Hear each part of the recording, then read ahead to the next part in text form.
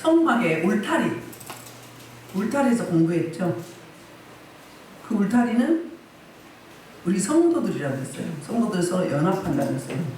그리고 그 띠가 이제 성령 하나님께서 성도들끼리 연합과 하나님과 소통할 수 있도록 잘 붙어 있도록 연합하게 만들었죠. 그래서 우리는 동역자라고 했습니다. 그리고 금은 반드시 들어가죠. 근데 성막을 그래서 드디어 마침내 지난 시간까지 다 마무리를 했어요. 근데 맨 마지막으로 제사장의 옷. 그러니까 오늘 본문은 건물이 중요한 게 아니고 또 아름다운 여러 가지 장식품, 기구들이 중요한 게 아니고 무엇이 중요한지, 거기에 사람이 없다면, 예배자가 없다면 이거는 그냥 텅 빈 건물하고 똑같은 거죠. 아무 쓸모가 없다는 거예요. 그래서 핵심 메시지는 뭔가 하면은 제사장들의 옷을 만들라 그 이야기는 여기서 예배드릴 자들의 필요, 그러니까 성결하고 정결해야 죽임을 당하지 않잖아요.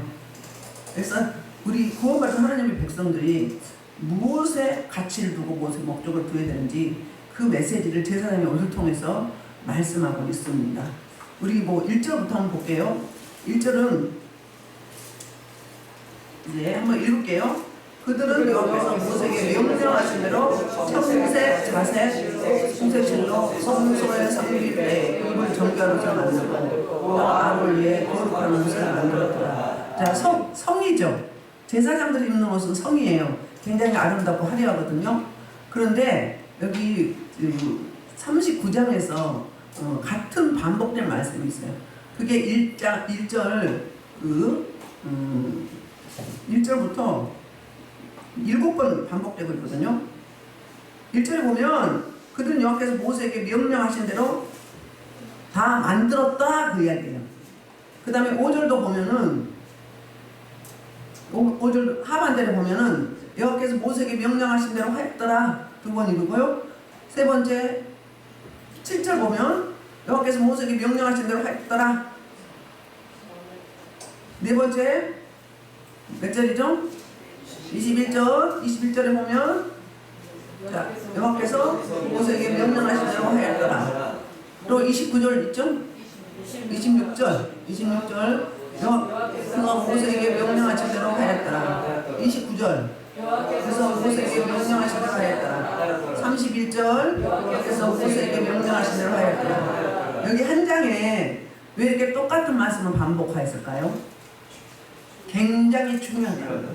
그러니까 성막을 건축하는 데 있어서 사이즈, 재료, 크기, 넓이, 높이 이런 모든 것은 하나님 아버지께서 성령님을 통해서 주신 뭐라고 했죠? 그거 보고 설계도? 예요. 그래서 그대로 행하였다는 거예요. 그러니까 우리 사람은 말씀하신 대로 행하였더라. 순종하였더라. 마무리하였더라. 이 7수는 안전수죠. 그러니까 사람의 어떤 지혜나 지식이나 어떤 기술력이나 능력을 동원하지 않고 온전히 하나님께서 주신 그 말씀 그대로 행하였다. 순종밖에 없다. 우리는 이 메시지를 담고 있고요. 1절부터 우리 7절까지 한번 보겠습니다. 어깨바지에 대해서 나오거든요. 그러니까 에봇인데 어깨바지에 대해서 2절 한번 볼게요. 2절 시작.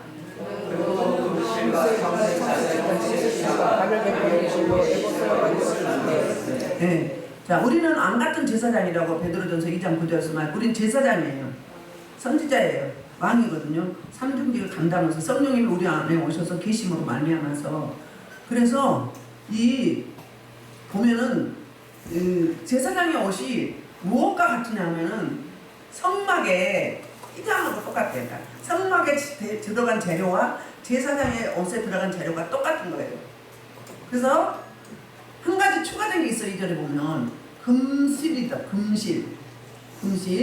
여기 보면 청색, 자색, 홍색질, 가늘게 꼰 배실. 가늘게 꼰 배실은 천이에요. 그 천에다가 이 세 가지 실로 술을 넣는 거죠. 그 당시에는 손으로 술을 일일이 놨어요. 기계가 발달되지 않았잖아요. 근데 한 가지 추가된 게 뭐라고요? 금실이에요. 금실을 어떻게 했는지 3절에 나와요. 금을 얇게 쳐서 어려서 실을 만들어 청색, 자색, 홍색실과 가늘게 온 배실에 섞어 정교하게 짜고, 그러니까는 4가지 실을 이제 짠 거예요. 실로 짰어요. 그러면 25%죠. 100% 금실이 아니라 금실이 추가됐어요. 그 배실은 뭐예요? 배실은 그게 천이라고 했어요. 천 위에다가 그 세마포라고 그러잖아요. 그 위에다 술을 놨어요. 술을 놨는데 이 뭘 의미한다? 금실은 뭐죠? 믿음이었고요. 예수 그리스도의 신성이에요. 신성이라 했죠. 우리 쪽에서는 믿음이고 하나님 쪽에서는 신성을 의미해요. 그 다음에 청색실은 하늘의 천국의 색깔. 우리 은사적으로는 청색, 불이 청색이다 그러면 빨간 불보다 훨씬 강해요. 이게 물권을 의미해요. 은사적으로는. 그 다음에 자색실은 왕권을 의미하죠. 이스라엘 민족들은 부자, 왕족들, 관료들이 입었던 옷이에요. 홍색실은 예수 그리스도의 보혈, 십자가를 의미하죠. 일일이 뭐 한다면. 그 다음에 이 백색실은 혼 배실이 백색이거든요. 이게 성결, 거룩, 승리를 의미해요. 예수 그리스도예요. 그러니까 여기 성막에 들어가는 모든 재료는 예수 그리스도를 의미해요. 성막 전체도 예수 그리스도를 의미하고. 그래서 금실로 같이 섞어놓으면 좀 반짝반짝 하겠죠. 만약에 성소에 들어가면 빛이 2개라고 해요. 성소에 무슨 빛이 있죠? 성소에 일곱 금초대에 불이 비치잖아요. 제사장이 옷을 입고 들어가면 어떻게 되죠? 거기에 금실이 반짝반짝 하는데 환하게 빛는 게 아니라 은은하게 깔려주죠. 여러분, 기름 부심 강한 게 어떤 게 강한 거예요? 기름 부심이 보통 어떤 게 강하다고 하세요? 아지랑이처럼 서서 내려오고 강하다고 그러나요? 보통은 그렇게 이야기해요, 일반교회에서는. 근데 여러분 느껴보셨죠? 어떻게 강해요? 기름 부심이 오면 강할 때는 이 강대상이 막 드럼통을 부어요. 여러분 밖에서 막 들어보여요. 그러니까 막 이러잖아요. 막 겨울에도 막 선풍기 켜고 덥잖아요. 제가 왜 덥다고 그래요? 이 강력한 기름 부심이 임해서 그런 거예요. 여기는 솔솔 내려 막 쏟아 부어요. 그러니까 숨이 차고 강하게 입술을 잡죠. 그러면 발음이 잘 안 나와요. 이게 잡아요. 임재가 그런가 보죠. 왜? 네 멋대로 하지 마. 나의 뭘 받아? 나의 컨트롤을 받아. 내가 통치할 거야. 내가 네 뒤에 갈게. 나한테 맡겨. 그거 똑같은 거예요. 그래서 여러분들 우리 몸 안에 너희는 고린도서 3장 16절에 너희 몸은 내가 거하는 성전인 걸 알지 못하느냐? 성령이 너희 안에 있다고 말씀하고 있잖아요. 성령이 우리 안에 계심으로 말하면 우리는 성전이에요. 그러니까 무형적인 성전이죠. 신약 용어로는 교회란 말이에요. 성령이 우리 안에 계시니까 제가 가끔 이야기해드리잖아요. 불이 강한데 갑자기 강했다고 팍 없어져. 그건 뭐예요? 겉불이에요. 건수. 등어리에서부터 불이 확 갔다가 싹 사그러져. 냄비. 오래가지고 당장은 뜨거워요. 건수라고 해요. 비 많이 오면 건수가 차죠. 생수는 저 땅속 깊은 데서 올라오잖아요. 우리가 여기 내면이 생수에 가면 흘러넘쳐야 돼요. 여기 보면 7장 38처럼 그럼 여기가 다 처리가 돼야 돼요. 생수만이 고갈되지 않고 생명을 살릴 수가 있어요. 그리고 진정한 사역자예요. 건수로 하면 변질돼요. 넘어지고 자빠지고 감정에 기복이 있고 이랬다 저랬다 조울증 환자면 그래요. 그건 성령이다 아니다? 지금 공사를 단디 해야 돼요. 단단히 아주 대공사를 다 갈아엎어야 되는 그런 시기. 그래서 겉불은 금방 호르륵 떴다가 호르륵 없어져요. 근데 생수는 질적으로 팍 뜨겁진 않아요. 은은해. 여러분 어렸을 때 온돌방에 자랐죠? 잘 때 온돌방에 저글저글 불 때문에 저글저글 끓죠? 이 배에서부터 저글저글 끓어서 그게 오래 가는 거예요. 온돌방은 돌이 불을 다 놓으니까 열을 다 놓으니까 오래 가잖아요. 근데 필름은 어때요? 필름은 어때요? 금방 붙었다가 금방 확 식죠? 오래 가지 못해. 그러니까 능력 발휘를 못한다.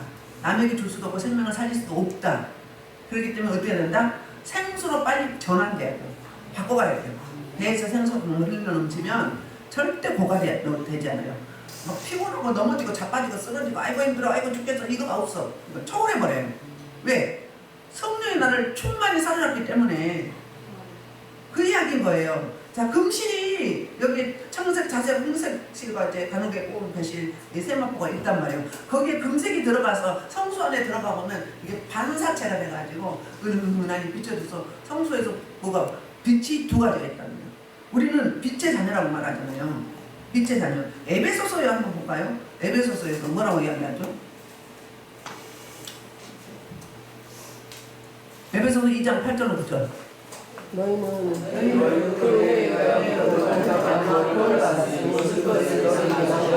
하나님께서 누구든지 자랑하지 못하게 하리라. 그러니까 은혜, 뭐든지 말씀의 능력, 뭐 기도의 능력, 뭐 각양의 열두, 뭐 성령의 은사 이런 것들은 구원까지 뭐라고요? 선물이라는 거예요. 근데 빛은 뭘 의미해요? 구원받았다는 빛의 자녀다 그러면 구원받았다는 근거예요. 자, 예수 그리스도는 빛의 근원이죠. 우리는 반사체예요. 우리는 작은 예수라고요. 그래서 그 빛에 금실이 들어있어서 은은히 비춰지는 것처럼 은은한 게 오래 간다는 이야기, 그 이야기를 하려고 제가 불에 대한 기름부심에 대한 이야기 하는 거거든요. 계속 비춰지는 거예요. 그래서 내 안에 있는 생명, 자원을 다른 사람들에게 생명을 주는 거거든요. 주면 그 생명을 받아서 또 이제 작은 예수로, 또 제자로서, 또 세워져서 땅까지 나가게 되거든요. 그러니까 뭐라고요? 은혜로 말미암아서 이제 구원을 받았다. 구원받았다 그 이야기는 빛의 자녀다. 요한복음에서 참빛, 창세 전부터 있었던, 영원 전부터 있었던 참빛 곧 예수 그리스도, 그분을 우리는 반사 받아가지고 또 발산을 하게 되는 거거든요. 그 이야기를 하고 있습니다. 이제 볼게요. 다시 볼게요. 그래서 이제 어깨까지에서 나와요. 어깨까지 3절부터 3절. 자, 시작. 금을 얇게 4절 죄송해요. 자, 4절. 에봇에는 어깨바지를 만들어 그 뜰 끝에 달아 서로 연결되게 하되. 자, 어깨바지. 혹시 저기 회사장님 있어요. 있어요? 그림? 해놨어요? 어깨바지는 여기 견장을 의미해요. 견장. 우리가 이제 영적으로 열려지만 주님이 만장도 채워주시고 견장도 채워주시고 머리에 간도 씌워주시고 목걸이도 주시고 손목시계도 주시고 또 뭐예요? 목소리에 기름 부으심이 있다. 손에는 손의 능력이 있다. 이제 발걸이도 있어요. 거리 안경도 써주시고 말씀도 열어줄 때 말씀이 유리창처럼 계속 그것만 열릴 때 계속 열리죠. 근데 그런 단계가 있어요. 근데 다 사람은 똑같지 않아요. 왜냐하면 그 사람이 상황과 여건과 성향과 그 환경에 따라서 역사하시는 거거든요. 그러니까 이해하기 쉽게 볼게요. 여기 보면 이게 지금 제사장의 옷이거든요. 옷인데 이 앞치마하고 에봇이라고 해요. 구약에서 보면 다윗이나 전쟁을 앞두고 에봇을 가져오라 그러죠. 앞치마를 가져온 거예요. 왜 그러냐면 이 앞치마 앞 가슴에 흉패가 있죠. 흉패 앞에다 붙이는 이게 12가지 보석이에요. 보석인데 이스라엘 12지파의 이름이 들어있어요. 그래서 이걸 기도하면 누가 잘못했다 범죄했다 그러면 그 해당되는 지파에 불이 들어와요. 그때는 저기 코도 안 꼽았는데 하나님이 영적으로 직접 통치하는 시대거든요. 불이 들어와요. 그 다음에 여기 안장에 보면 안장에도 12가지 보석이 들어있어요. 들어있는데 그 보석마다 이스라엘 12지파의 이름. 그러면 이거는 대표성이 있는데 구원받은 하나님의 백성을 총칭하는 거예요. 그래서 이제 이 견장에다 뭐 어깨바지 신앙 그런 뭐예요? 책임지는 신앙이에요. 영적으로 돌리면 책임지는 신앙. 어깨에 짊어지죠. 잃어버린 양을 찾아가지고 어떻게 하죠? 신약에서 어깨에다 메고 오잖아요. 우리 짐을 같이 지라고 그러잖아요. 그럴 때 이렇게 말씀하는 거예요. 여기다 짊어지잖아요. 무거운 짐. 그러니까 뭐라고? 책임지는 신앙. 어깨바지 신앙은. 그러니까 사람은 하나님을 중요시해요. 성막에 사람이 없으면 완전 꽝이에요. 하나님의 백성들이 와서 예배하면서 만나려고 하나님 백성들을 만나려고 그 대표적으로 제사장을 세워서 옷을 구별했죠. 신약에서는 이 옷을 뭐라고 이야기하냐면 그리스도로 옷 입으라고 해요. 그리스도로 옷 입으라고. 먼저 로마서 15장 16절 보고 이제 13절 보겠습니다. 로마서 15장 16절. 저 짜게 먹나 보십니다. 로마서 15장 16절 시작. 이 은혜는 나로 이방인을 하여 그리스도 예수를 하나님의 이방인을 신령하면서 거룩하게 되어 사도 바울이 자기가 어떤 증인의 사명이 선교사의 사명이죠. 전도자의 사명인데 이방인의 사역자로 파송된 거예요. 그래서 그리스도 예수의 일꾼이 되어서 하나님의 복음의 제사장 직분. 그러니까 구약의 제사장 직분이 신약의 증인이에요. 전도자요, 사도예요. 그 말씀 이렇게 하는 거거든요. 그래서 이방인의 제물로 드린다 그 이야기는 뭐예요? 이방인의 전도자다. 그 말을 하고 있고요. 그래서 성령 안에서 거룩하게 되어 받으실 만하게 하려 함이라. 그러니까 사명, 직분을 주면 어떻게 해요? 거기에 맞는 기름 부심이 준단 말이에요. 아멘. 근데 무조건 가만히 있다고 주나요? 드리는데 이제 나를 자꾸 내 일사람을, 내 속사람을, 내 아담의 범대로, 의상숭배 죄로부터 범대로부터 선조 열저 나의 예수 믿기 전에 살았던 육체적인 삶, 그것들을 다 처리해야 돼요. 그러니까 바꿔야 돼요. 일본말로 개비해야 된다. 바꿔치기 해야 된다. 새 사람으로 바꿔야 돼요. 고린도후서 15장 17절처럼 바꿔내야 돼요. 생수로 바꿔야 돼, 건수를. 그래야 생명이 나오게 돼 있어요. 그래야 진짜 사역자예요. 그래서 사도 바울이 13년 동안 훈련을 받았잖아요. 하나님과 1대1로 독대했잖아요. 아라비에서 3년, 고향 다소에서 길리기아 다소에서 10년. 미리 나가도 못하게 막아요. 사람을 통해서 역사에서 가서 뿔어 엎드리게 만들어요. 왜? 그 시간이 뭐라고? 다 내려놓고 나는 끝이다. 나는 내 힘으로는 아무것도 못한다. 손들 때까지. 그래서 개조시킵니다. 생명으로 바꿔줍니다. 그게 이제 하나님의 생명으로 덧입혀주는 거죠. 그 과정을 거쳐서 나올 때 그 이후로는 갇혀서 1대1로 그런 적이 없잖아요. 이미 충만히 찼기 때문에. 충만히 찼기 때문에. 그러니까 처음 조금 약간 열릴 때는 반복이에요, 반복. 아유, 된 것 같은데 아직도 모르고, 된 것 같은데 됐는가 싶으면 아직도 모르고, 돌아보면 또 그렇고. 근데 어느 정도 이 생수가 확 열어지잖아요. 그러면 그런 단계가 별로 없어요. 넘어지고 자빠지고 감정 기복 있고 뭐 이거 없는 거예요. 그거 있다면 나는 육이야. 아직 어리다. 육체다. 빨리 바꿔야 된다. 생명으로, 생수로, 살리는 용으로 바꿔야 되는 거예요. 그거 붙잡고 있지 마세요. 안실령이에요. 그 버려야 될 대상이에요. 버리신 주보다 즐긴 자아와 옛사람, 육체란 말이에요. 그러니까 제가 그랬잖아요. 성령 충만하면 훨씬 덜 피곤하다. 초월해버리니까 내 힘으로 산 게 아니니까. 아, 귀신 들린 사람도 자기 힘으로 안 사니까 어때요? 몇 달, 며칠 안 먹어도 살잖아. 막 힘이 막 초월된 힘이 나오잖아. 뭐에 의해서? 악령에 의해서. 성령에 붙잡혀도 그게 그런 거예요. 성령에 붙잡혀도 그렇게 안 먹고 안 자고 해도 물론 육체니까 한계는 있겠지만 훨씬 덜 피곤하고 넘어가고 초월해버린다고. 딱 감정도 왔다 갔다 안 해. 기복이 좋을 좀 한자면요. 언제 막 충만하면 기분 좋아 셀렐레 하고 또 조금 다운되면 말도 안 하고 맨날 맺직하고 아이고 힘들어. 언제까지 그러고 있어. 빨리 바꿔야 돼요. 그거는 뭐예요? 나의 나타나는 삶의 형태나 모습을 보고 내가 성령의 사람인지 은혜의 사람인지 영적 사람인지 성숙한 사람인지 제자의 삶인지 다 드러나. 바로미터예요. 내 삶 언행 심사로 보면 그게 딱 나타나는 바로미터예요. 아직도 기분 좋을 때는 내려고 안 좋을 때는 깔아잡고 맨날 매직하고 이러면 어떻게? 아, 나는 여전히 중병 환자구나. 영적인 중병 환자구나. 이 중병을 빨리 처리해야지. 빨리 해보야 처리해야지. 그래 아름답게 쓰임받고 칭찬받지. 지금 내 목숨을 걷어가면 하나님 앞에 가면 뭔 소리 할 거예요? 저 열심히 예배만 방해하다 왔어요. 이럴 거예요? 응? 너 왜 그렇게 예배 방해하고 왔어? 그러면 뭐라고 말할 거예요? 응? 그러면 저도 몰라요. 근데 피드백 받았잖아요. 들었잖아요. 이렇게 드렸잖아요. 그러니까 여러분들 이 설교를 들으면 내 것으로 받아들여야죠. 저 사람 건데, 아이, 너, 내 거야. 나 적용이에요. 나. 상대방끼리 부딪히죠. 막 나를 공격을 해. 저 사람 영이. 공격을 해. 그러면요, 저 사람을 어떻게 해야 돼요? 고쳐주세요 해야 될까요? 누가 해야 돼요? 내가 그런 상처가 있어. 내가 이렇게 고리를 잡아 당길 수도 있어요. 내가 되면 그 사람은 안 그래요. 배우자도 자녀도 그래요. 내가 되면 안 그렇다고요. 내 상처가 땡기고 있어요. 거기서 꼭 못 넘어가. 못 넘어가면 어떻게 해요? 그거 가다 죽지. 그러다 천국 가. 그럼 주님 앞에 할 말이 없어요. 응? 남들은 상급이니 몰류관이니 뭐 난리가 났는데 나는 책망만 받고 있으면 어떻게 되겠어요? 정신 차려야 되고 세월을 낭비하지 말라고 그랬어요.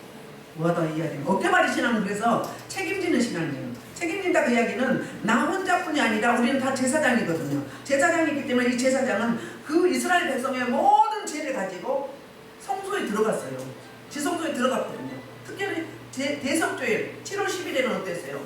1년에 한 번씩 그 뭐 자범죄, 고범죄, 허물 이걸 가지고 깊은 제사장이 지성소에 들어갔어요.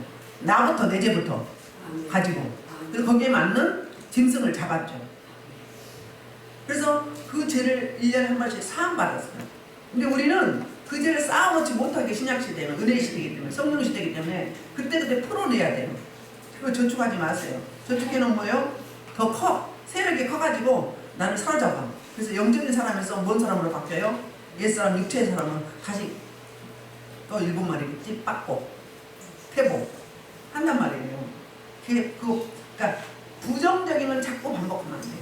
긍정적인 걸로 반드시 해로를 내 해로도 바꾸고 생각의 해로도 바꾸고 습관의 해로도 바뀌고 다 바꿔야 돼요. 그래서 이제 우리 볼게요.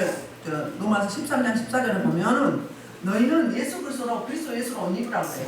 시작. 오직 주 예수 그리스도로 옷 입고 저녁을 위하여 모아지 말라. 그러니까 구약에는 제사장들의 그 성의를 입었어요. 제사장의 의복 입었는데 신약에서는 뭘로 입는 거예요? 그리스도 예수로 옷 입는 거예요. 예수 그리스도로 옷 입는 거예요. 그럼 뭐예요? 나는 실제로는 신분은 하나님의 백성, 예수님의 제자지만 실제로는 그냥 그대로 있잖아. 요 육체 그대로. 근데 그분의 의를 입는 거예요. 그분의 의를 입으면 예수님은 의로우신 분이기 때문에 우리도 의롭다 칭함을 받는 거예요. 그리스도로 옷 입었다 그 이야기인 거예요. 예수님으로 옷 입었다 그러면 뭐가 나타나죠?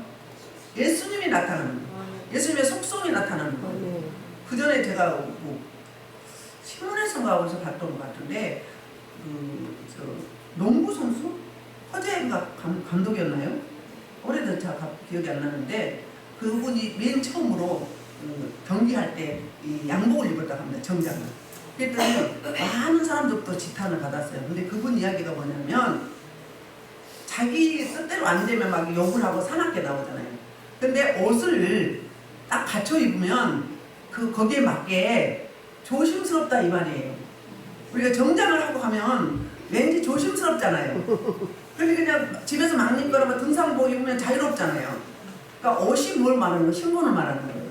의사는 의사 가운을 입어야 되고 노동자는 노동자 가운을 입어야 되고 연구자는 연구자 가운을 입어야 되고 목회자들은 목회자의 옷을 입어야 되고 그 이야기가 뭐냐면 우리 말로 하면 지금 말씀의 옷을 입는다.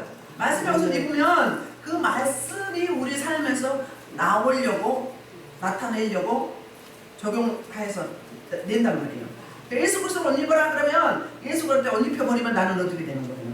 나는 없고 그분으로 말미암아 살게 된다는 그 이야기가 신학적인 용어예요. 그 이야기는 제사장의 성이 제사장의 옷을 입었지만 그 이야기를 해요. 이사야서 61장에도 보면은 의의 옷과 구원의 옷이 나와요. 그러니까 속옷과 겉옷이 나와요. 계시록에 가면은 세마포, 흰옷, 구원받은 자의 세마포, 흰옷. 그 다음에 이제 복음서에는 그 혼인잔치에 예복 갖춰 있지 않은 자라. 쫓겨났잖아요. 쫓겨나서 뭐예요?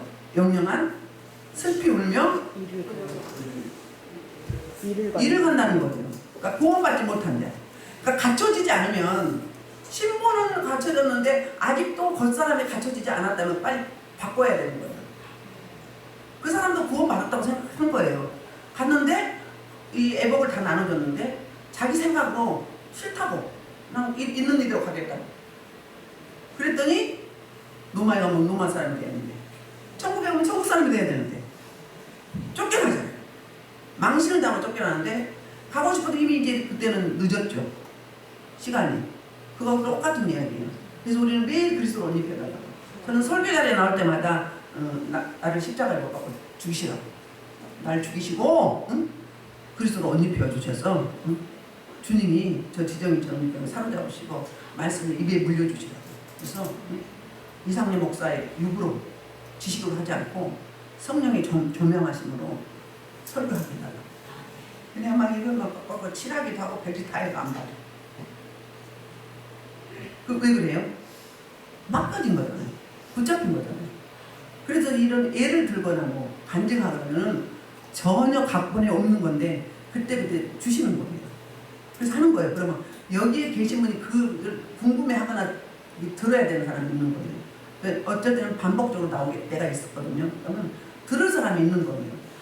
다른 데 가면은 기도합시다 물어보면 그것만 이야기하는데, 근데 여기 오면 자기가 경험해봤기 때문에 경험한 것만큼 말해줄 수 있는 거예요. 그래서 다 똑같진 않아요. 각자 약간씩은 다르지만 형태와 상황과 크기와 사이즈는 다를 수 있어요. 칼라도 다를 수 있어요. 그런데 통일성이 있어요. 성령님은 통일성이 있어요. 성부 하나님, 성자 하나님, 성령 하나님은 다 각자 개별적이지만 통일성이 있어요. 그리고 침범하지 않아요. 남의 이치를 침범하지 않아요. 내가 욕심내지 않아요. 시기하지 않아요. 질투하지 않아요. 인격적이에요. 그러면서 같이 조화를 이뤄가는 거거든요. 각자 자기 맡은 분야에서 책임을 다하는 거거든요. 어깨바지 신앙이 뭐라고요? 책임지는 신앙. 우리 모두는 다 제사장이에요. 가정에서든 교회 공동체에서든 응? 또 이제 셀에서든 간에 우리 다 리더자예요. 리더자는 뭐예요? 나 홀로 신앙이 아니라 책임지는 신앙. 응? 함께하는 신앙. 너희는 짐을 져주라고 했잖아요. 짐을 함께 져주라 공동체끼리. 그럼 뭐예요? 짐을 함께 지면 나누면 어떻게 돼요? 가벼워지는 거죠. 왜 우리나라 속담에도 질병은 자랑하라고 그러잖아요. 왜요? 그러면 거기서 좋은 의견, 좋은 경험 나와서 치료할 수 있다는 거예요. 백질장도 맞으면 낫다고 그러잖아요. 왜? 혼자 꿍꿍 하지 말라는 거예요. 은혜 받아서도 웅큼한 그런 사람도 있어요. 근데 물론 입 다물어야 될 상황도 있지만 간증해야 됨에도 불구하고 안 하는 사람도 있어요. 간증하라고 복음 전하라고 낫게 하시고 병 고쳐주시고 응답하셨잖아요. 저 혼자 좋아하고 저 혼자 만족하라고 응답하신 게 아니거든요. 그러니까 하나님이 이렇게 응답해 주신 의도를 알아야 돼요. 그럼 나는 거기에 맞게 자랑하는 거죠. 우리는 증인이에요. 증인이에요. 구약의 선지자였다면 우리는 신약의 증인, 사도, 복음을 자랑하는 자들이란 말이에요. 그리고 이제 우리 신명기 33장 29절 한번 볼게요. 자, 이렇게 축복합니다. 모세가 이제 마지막 유언 설교를 하면서 마지막에는 이제 34장까지인데 33장에서 다 축복을 합니다. 지파별로 축복을 해요. 축복하면서 마지막으로 마무리한 게 33장 29절이에요. 그러니까 하나님이 주신 말씀을 그대로 다 행하고 난 다음에 사명을 드디어 마치고, 건강은 아직도 늙지 않고 기력이 청정했지만 시력도 흐리지 않았지만 사명은 다 한 거예요. 다 했기 때문에 이제 하나님 부르심에 가야 돼요. 화답해야 돼요. 그러면서 마지막 축복기도 한 거거든요. 볼게요. 자, 이스라엘이여 너는 행복한 사람이로다. 여호와의 구원을 너희 여친이 속에 있으며 그는 너희 또 계시오. 여호와 영광이시로다. 내 대적에게 복종하리니 내가 그의 높은 것을 살리리라. 그러니까 축복을 마음껏 해주잖아요. 마음껏. 그러니까 우리가 의로운 자 아니어도 의롭다 칭함을 받았기 때문에 의로운 것. 그래서 실제로 안 입었지만 영으로 입은 거예요. 예수 그리스도를 구주로 받아들이면 그리스도를 옷 입은 거예요. 아멘.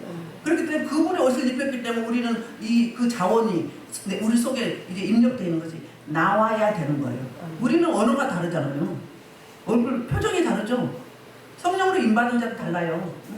달라요. 그리고 거친 말이 잘 안 나와. 사단마귀 원수할 때는 야 쌍 뭐 이거 나오지. 영적 전쟁할 때만 나오지 그 전에는 안 나와요. 그리고 순해 보여. 순해 보여. 영적 전쟁할 때는 막 이러지. 순해. 부드러워요 얼굴이. 그리고 빛이 나. 빛이 안 나면 환해. 어두침침하지 않아요. 세상 근위병 다 가지고 있지 않아요. 왜? 가지고 있다 하면 아직 거듭나지 않았다. 우리 왜냐면 내면에 그분이 계시면 그분의 반사체에 의해서 우리가 발산하거든요. 아까 금실이 성소에 들어가면 등잔불 7 촛대 빛에 의해서 은은하게 비치듯이 우리가 이 땅에서 세상에 빛으로 그렇게 드러난다는 이야기예요. 그 이야기를 이렇게 말씀하고 있거든요. 그래서 우리는 제사장으로서, 선지자로서, 왕으로서, 먼저 선자로서 마음껏 축복을 해줘야 돼요. 그러면 받는 자들은 어떻게 생각하죠? 그것을 지금은 이루어지지 않으면 반드시 그건 언약이란 말이에요. 언약 백성들 주신 특권이에요. 언약의 말씀이 축복으로 주신 말씀이 32,560가지예요. 성경에 66권에 나와 있는 게 이거를 내 것으로 받아들여야 돼요. 내가 받아들이고 내 후대가 받아들이고 믿음의 10,000,000대까지 받아 누리게 해달라고. 그러면은 진짜 그렇게 된 줄 믿고 가다 보면 네 믿음대로 될지가 네가 믿느냐 그러면 하나님의 영광을 보리라고 했잖아요. 그대로 돼요. 시간차만 있을 뿐이에요. 근데 아무리 축복해줘도 뭐 아무것도 없는데 뭐 축복을 해줘 그러고 안 받아봐. 안 받으면 어떻게 해요? 그 축복해준 사람이 받는 거예요. 예수님은 그랬잖아요. 전도자들한테 70문도들한테 그랬죠. 12제자들한테 가서 그 집에 가서 평안을 빌라고 그랬죠. 그 집에서 그 축복기도를 안 받으면 어떻게 너한테 돌아갑니다. 그러니까 마음껏 축복해주세요. 사실은 제가 막 몇십 시간씩 기도 못해요. 사실은 무시로 기도를 하죠. 그리고 이제 아침 저녁을 잠깐 아침에는 주로 많이 하고 사역 안 나올 때는 많이 하죠. 근데 그래도 제가 버티는 게 뭔지 아니까 여러분들 마음껏 축복해 주잖아요. 마음껏 축복해 주죠. 그게 저한테 오는 거예요. 같이 받는 거예요. 그러니까 우리는 인색하지 말아야 돼요. 봐요, 모세가. 야곱은 안 그랬어요? 모세도 그랬어요. 예수님은 안 그랬어요? 성경 읽는 거네. 모든 자들이 그랬어요. 그게 뭐예요? 하나님으로 받은 그 분복을 나누는 거예요. 나 혼자 갖고 있지 않고 나누라고 중복 있잖아요. 막 확산돼야 돼요. 그런 의미가 있습니다. 그래서 이제 볼게요. 이제 그 에봇에 매는 뛰는 에봇과 같은 모양으로 금실과 청색, 자색, 홍색, 가누개꽃, 배실로 이게 에봇을 붙여서 짰어요. 그래서 여기서 모세에게 명령하신 대로 했다고 했어요. 그들은 6절에 험한으로 깎아서 금태에 물려 도장을 새김같이 이스라엘 아들들의 이름을 그것에 새겼어요. 그러니까 사람을 중요시하는, 예배자를 중요시하는 하나님과 예배자와 하나님 백성들과 교제하려고 성막을 지은 거잖아요. 그리고 또 이제 볼게요. 7절에 에봇 어깨바지에 달아 이스라엘 아들들을 기념하는 보석을 삼았으니 여기서 모세에게 명령하신 대로 하였더라. 그래서 어깨의 신앙은 뭐라고요? 책임지는 신앙, 그리고 또 짐을 함께 짊어지는 신앙. 그다음에 사명의 짐을 회피하면 안 된다는 거예요. 사명의 짐. 도고 기도들은 도고 기도해야 돼요. 전도자들은 전도해야 돼요. 모두가 다 전도해야 되죠. 모두가 다 도고 기도해야 되죠. 특별히 1차, 2차, 3차로 받은 은사들이 있어요. 달란트. 그거는 집중적으로 해야 돼요. 집중적으로. 그거 안 하면 게으른적이에요. 게으른적. 다른 거 아무리 열심히 했어도 1차, 2차, 3차, 1, 2, 3번에 이거에 집중하지 않으면 1, 2, 3번에 집중해야 되는 거예요. 먼저. 그 다음에 나머지 걸 하면 되는 거예요. 그러니까 다 똑같지 않아요. 일반 교회에서는 이런 이야기 안 하거든요. 다 똑같지 않아요. 임양 목사님 나라면 민족을 먼저 절대 기도 안 해요. 어디부터 한다고요? 교회 강대상과 목사님과 어느 성도들 놓고 기도해요. 뭐기 때문에? 그 사명이기 때문에 그런 거예요. 성령이 먼저 안 시켜요. 앞에서 리드한 자는 순서대로 해야 되겠죠. 근데 개별적으로 가면 그렇다는 거예요. 여러분만은 다 있어요. 그 부분을 1차, 2차, 3차 이 부분에 집중하고 에너지를 쏟아야 돼요. 그래야 하나님이 인정해 주세요. 나한테 부여한 사명이에요. 그게 어깨의 신앙이에요. 어깨바지 신앙. 책임지는 신앙. 그 주시는 사명을 회피하지 않은 신앙. 이게 바로 어깨바지 신앙. 그리고 이제 8절부터 이제 가슴의 신앙. 마음의 신앙. 빌립보서 2장 보면 그리스도 예수의 마음을 품으라고 그러죠. 우리가 작은 예수란 말이에요. 그 마음을 품어야 되는데 이제 8절 보면 그가 또 흉패를 정교하게 짜되 에봇과 같은 모양으로 금실과 청색 장갑 흉패가 가누개꽃 배치로 하였으니 여기도 금실이 들어가죠. 그것의 길이가 한 뼘, 너비가 한 뼘, 그러니까 사이즈. 8절에는 실. 그 다음에 보석의 사이즈. 그거 이제 4줄 보석을 물렸어요. 그러니까 4줄에 4개씩 3줄로 지파별로 했거든요. 예를 들면 흉패, 가슴바지, 자 거기에 주머니가 돼 있어요. 흉패가 무거우니까 2겹으로 돼 있어요. 앞에 앞치마 위에다가 2겹으로 붙인 거예요. 무거우니까 우리 저 가슴에 흉패가 한 겹이 아니에요. 두 겹이에요. 그래서 흉패 바지라고 그런 거예요. 그래서 그 칼라벨로 했는데 제가 한번 말씀을 들어볼게요. 이제 거룩한 주머니 가슴 바지는 그래서 원문에 보면 하시나 아랍의 하시나 아름답다는 뜻에서 유래한 말인데 제사장 그 앞에 가장 아름답기 때문에 이런 이름을 붙였다고 이야기해요. 그래서 이제 지파별로 보면은 홍보석은 루벤 지파, 항옥은 시몬 지파, 녹족은 유다 지파, 성유석은 단 지파, 남보석은 납달리 지파, 홍만원은 갓 지파, 호박은 아셀 지파, 백만원은 이사갈 지파, 자수종은 스볼로 지파, 녹보석은 베냐민 지파, 포만원은 문하스 지파, 벼곡은 에브라임 지파. 이렇게 해서 12개거든요. 이걸 일일이 또 풀어서 할 수도 있어요. 근데 너무 복잡하니까 이 본문이 길잖아요. 그리고 우리 28장에서 다 했어요. 지난번에 디테일하게 했거든요. 그래서 우리 하나님은 사람, 제사장을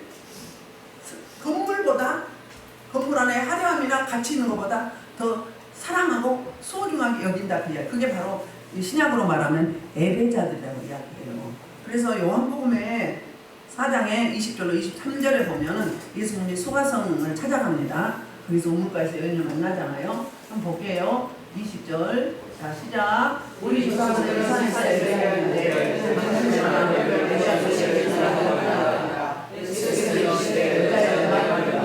이 산에서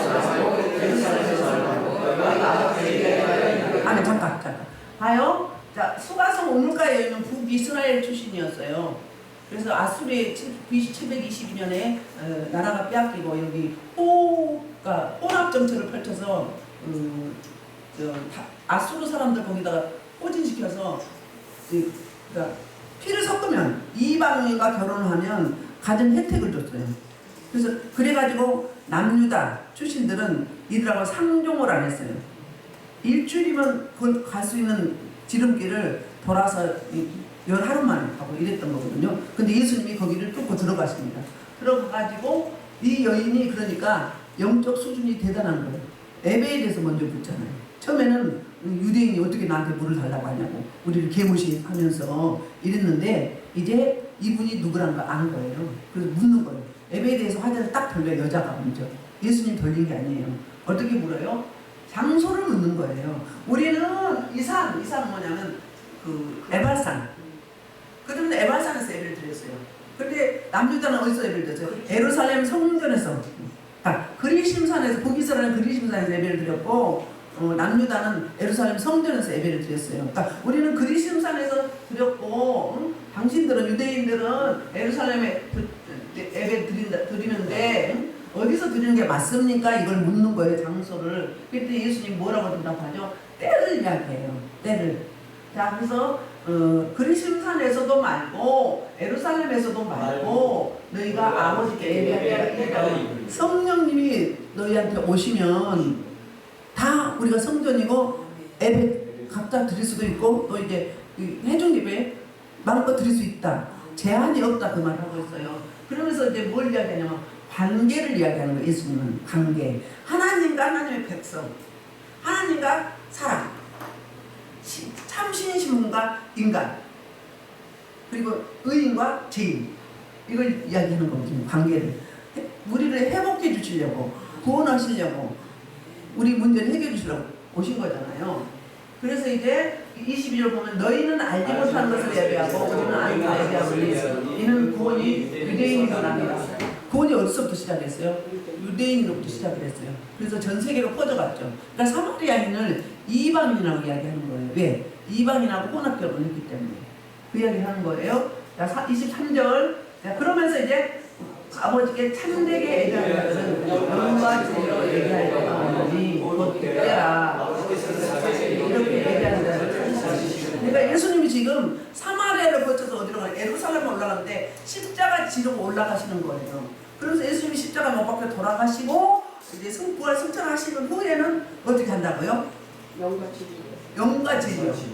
말씀과 성령에 의해서 성령의 도우심으로 예배드릴 수 있다. 그러니까 은혜의 시대, 성령의 시대를 이야기하고 있는 거예요. 예수님이 십자가 못 벗고 죽으시고 난 후에 후를 말씀하시는 거예요. 그래서 그때가 얼마 남지 않았다. 곧 이때라. 그래서 아버지께서는 이렇게 예배하는 거야. 그러니까 그냥 예배하는 게 아니라 영과 진리로 성령의 조명을 받은 말씀에 의해서 그런 예배를 받으신다는 거야. 그런 예배자를 찾아온다는 거예요. 자, 24절에 보면 하나님은 영이시니 그렇게 나오잖아요. 영과 진리로 예배하는 자를 찾으시느니라.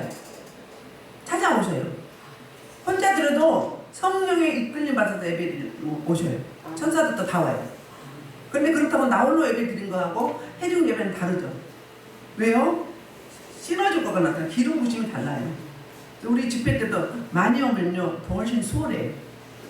개인 사역도 훨씬 수월해요.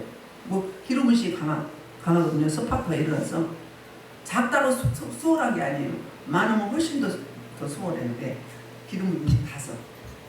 그리고 우리 찬양도 설교도 성령에 의해서 하지 않고 내 지식이나 내 육으로 하면 내용은 좋다 할지라도 굉장히 빡빡해요. 자동차가 엔진은 있는데 뭐도 없어서 기름이 없어서 빡빡하듯이 그런 거예요. 그래서 우리는 힘쓰고 있어서 성령의 이끌림 받는 성령의 정명하심을 받는 그 진리 그 영에 의해서 그렇게 예배드리기를 찾아오시고 그 예배를 받으신다는 거예요. 그렇게 하지 않으면 하나님이 안 받으세요. 그래서 마지막 때 예수님 재림할 때 믿음 있는 자를 보겠느냐 그 이야기가 그 이야기예요. 영의 이끌림을 못 받으니까 어때요? 다 쓰러지고 넘어지고 자빠지고 유혹에 빠져버리고 타협해봐요. 인본주의, 세속주의 그렇게 넘어가 버리는 거예요. 그러니까 신앙을 팔아버리는 그런 때가 온다는 거예요. 헬라네 때는 저 사람들이 저그래서 가만두지 않아요. 이게 여러분처럼 이렇게 단련되지 않으면 이렇게 막 스파르타 다시 훈련을 받지 않으면 면역력이 약해서 금방 넘어가요. 나 하나만 그냥 포기하면 우리 가족이 사는데 가족이 다 지옥으로 멸망으로 가는데요. 내가 차라리 순교하고 가족도 구원하는 게 낫지. 그런데 그 믿음이 아직 안 되면 안 되는 거예요. 성령이 도우시지 않으면 무서워서 안 되죠. 그러니까 심지어 저 사도 바울과 함께 동역했던 대만은 어떻게 했어요? 너무 힘들고 고통스러우니까는 세상으로 가버렸어요. 복음을 팔아먹었어. 영혼을. 그렇게 된다고요. 그러니까 그 예수님의 제자들도 쭉정이가 있었죠. 바로 유다 같은. 근데 속사도들이 예수님의 제자들 말고 나머지는 다 속사다예요. 그 제자들 따라다녔던 사람들도 처음에는 시작은 열심히 했는데 지금 그냥 너무 힘들어서 가버리는 거예요. 그러면 아직 훈련이 덜 된 거죠. 면역력이 약하다. 그런 원리를 이야기합니다. 그러면서 이제 그 14절에 보면 이 보석들은 이스라엘 아들들의 이름과 곧 그들의 이름대로 12이라 도장을 새긴 같이 그 12지파에 각 이름을 새겼으며 자, 하나님이 우리 구원받은 하나님 백성들을 자기 가슴에 새겼다는 거예요. 도장처럼. 다른 이야기로는 성령으로 인받았어요. 우리는. 성령이 인받은 자들은 타협이 없습니다. 잠깐 한다 하더라도 반드시 벗어나지 않아요. 다시 돌아와요. 이게 지혜로운 신앙이에요. 세상에 살고 있기 때문에 세상을 전혀 예민할 수는 없어요. 그럼 전도가 안 되잖아요. 세상으로 나아가야 전도가 되죠. 직장에 다니는 원인도 이유도 그거거든요.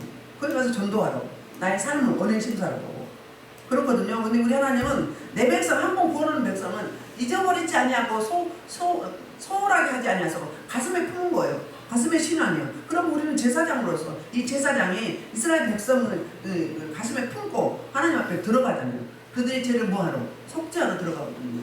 그러니까 도고 기도자, 중보자.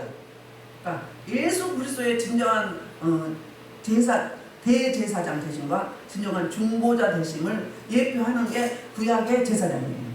아멘. 그래서 우리가 지금 제사장이기 때문에 우리는 나홀로 신앙이 아니라 힘들고 지치고 낙심하고 환난당하고 고통당하는 자, 그 신음하는 자, 그들의 아픔을 함께하면서 보고기도 하고 가슴을 품고 계속 나가줘야죠. 우리 목회하다 보면 그렇잖아요. 잘 나간 사람도 축복기도 많이 하죠. 잘하는 사람도. 그런데 더 마음이 쓰인 사람은 어떤 사람이에요? 세상 사람도 좀 뒤처진 자식을 더 신경을 쓰잖아요. 마찬가지 영적 자녀도 어려움 당하고 환난 당하는 사람은 기도를 더 많이 하고 안타까워하고 동변상련 하는 거죠. 측은지심을 갖고. 그러니까 어깨신앙은 뭐라고요? 책임지는 신앙. 가슴신앙도 물론 책임지는 신앙이죠. 근데 뭐라고? 마음 깊이 그 사람의 사건이 내 사건으로, 그 사람의 환경이 내 환경으로 똑같이. 그래서 연합하는 거거든요. 가슴으로 품는 신앙. 자, 예수님이 이사야 49장에서 네 부모는 너를 버렸을 거다. 나는 너를 손바닥에 새겼다 그랬죠. 우리 하나님은 절대로 우리를 잊지 않으세요. 졸지도 않으시고 주무지도 않으시고 우리를 감찰하세요. 복을 주시려고 중심이 뜨거우세요. 어떻게 하면 잘 됐었죠. 잘 세워져서 나가게 하려고 우리보다 더 노심초사해요. 저 우리 주님은 더. 네가 힘들고 눈물 쏟고 괴로워할 때 나도 똑같이 아팠단다 그러잖아요. 그분은 주무시지 않고 사역을 하시거든요.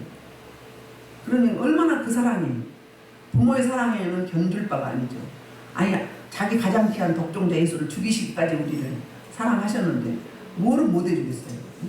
아들까지 주셨는데. 근데 우리는 우리 기준에서 너무 무심하다. 너무 나만 안 사랑하는 것 같아. 다른 사람은 잘도 들어주고. 근데 우리는 환난과 고난을 사방으로 싸움 당해도 피할 길 주시고 그 감당할 만한 시험을 준다고 그러잖아요. 감당할 만한 시험. 감당하니까 큰 그릇은 크게 당하고 훈련을 받고 작은 그릇은 꼼짝꼼짝 꼼지락꼼지락 살짝살짝 하고 그러다 성장하다 보면 크게 당하죠. 그래서 우한지고 한랑 고통 없다고 우쭐해 하지 말아요. 그것도 하나님의 은혜인 거지. 내가 그릇이 더 큰 하나님은 못 당하니까 안 주는 거지. 그렇게 생각하셔야 돼요. 아직 그 면역력이 없으니까. 그런 당한 사람을 위대하게 봐야 돼요. 하나님이 얼마나 사랑하시면 얼마나 크게 쓰시려고 감당할 만하니까 저 환난을 주시는 거지. 역으로 감사로 바꿔야 돼요. 그럼 어때요? 당당하잖아요. 뭐 아이덴티티가 살아나지 않아요. 그래 안 그래요? 믿는 자를 따르는 증거 있잖아요. 하나님이 이렇게 하셔가지고 어떻게 역전시키는지 하나님의 살아계시는 나를 통해서 나타내야 되잖아요. 그러니까 그냥 쭉 간다고 기뻐하고 좋아하지 말라고. 아직 그 그릇이 안 됐다 이 말이에요. 근데 막 산전, 수전, 지하전, 공주전, 우주전 간다 그러면 어쩌면 저 사람은 저러지? 그런 키우느라 그래요. 한복을 받았고 여러분한테 막 쏟아 부을 텐데 그때 후회하지 말고 지금부터 같이 도보기도 하셔. 가슴으로 받아들이는 신앙을 가지시고 어깨받이 신앙으로 책임지는 신앙을 가지셔. 그러면 이제 생사고락을 함께 하는 거잖아요. 아멘. 그럼 뭐예요? 하나님이 예면하시나요? 같은 복을 주세요. 삼국으로 멸류관으로 같은 복을 주세요. 네가 작은 일 충성하였으니 참으로 뭐라고? 충성되다. 응? 내가 너에게 생명의 멸류관을 주리라. 내가 너에게 열국을 다스릴 권세를 주리라.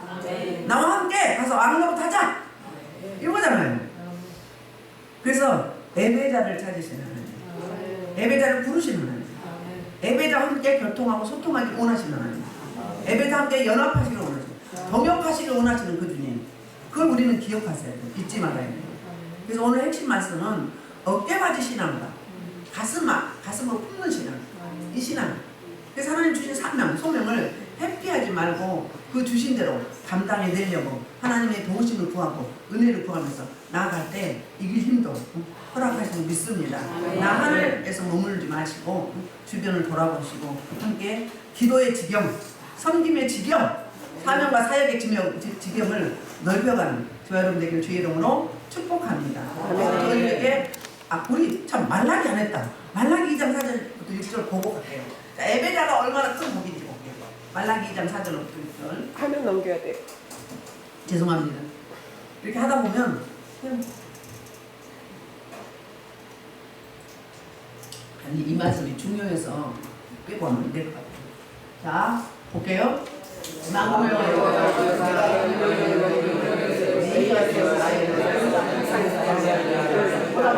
네이야 세운 언약.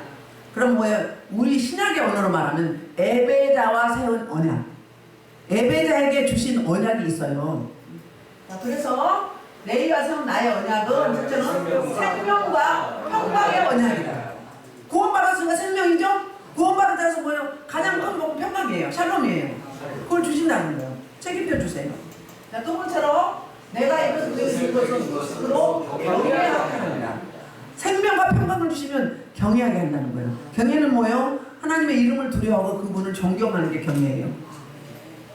공의 하나님을 두려워하는 거죠.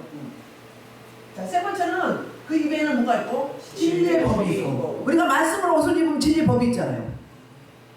그때그때 상황에 맞게 말씀이 나오지 않아요? 내가 예정하고 하지 않았는데 우리 설교하다 보면 그래요. 거기에 맞는 말씀이 연결돼서 나와요. 그러면 그게 그동안에 많이 읽어둬서 쌓아둔 거예요. 쌓아둬서 천사가 내 이 말씀의 창고 안에 저축해놨다 그때 뽑아주는 거예요. 이렇게. 그래서 우리는 항상 뭐 진리를 선포하죠. 진리를 선포해요. 진리가 예수 그리스도잖아요. 그분을 자랑하는 거예요. 그분을 증거하는 거예요. 우리는 증거인들이란 말이에요. 이 말씀 먹어요. 그러니까 예배자들. 그 다음에 나머지는 어때요? 네 번째는 그 입술에는 불의함이었죠. 예배자는 하나님과 소통하는 자는 하나님과 동역자는 하나님의 증언자들은 뭐가 없다. 그 입에 불의함이 없다. 나는 속여 먹고 사기치고 나는 손해보게 하고 이게 없다 그 말이에요. 그 다음에 다섯 번째는 그가 화평과 정직함으로 나와 동행하는 겁니다. 우리는 죄가 있으면 하나님과 동행할 수 없죠. 불의가 있으면 못 동행하죠. 그런데 이거 증거되니까 어때요? 항상 화평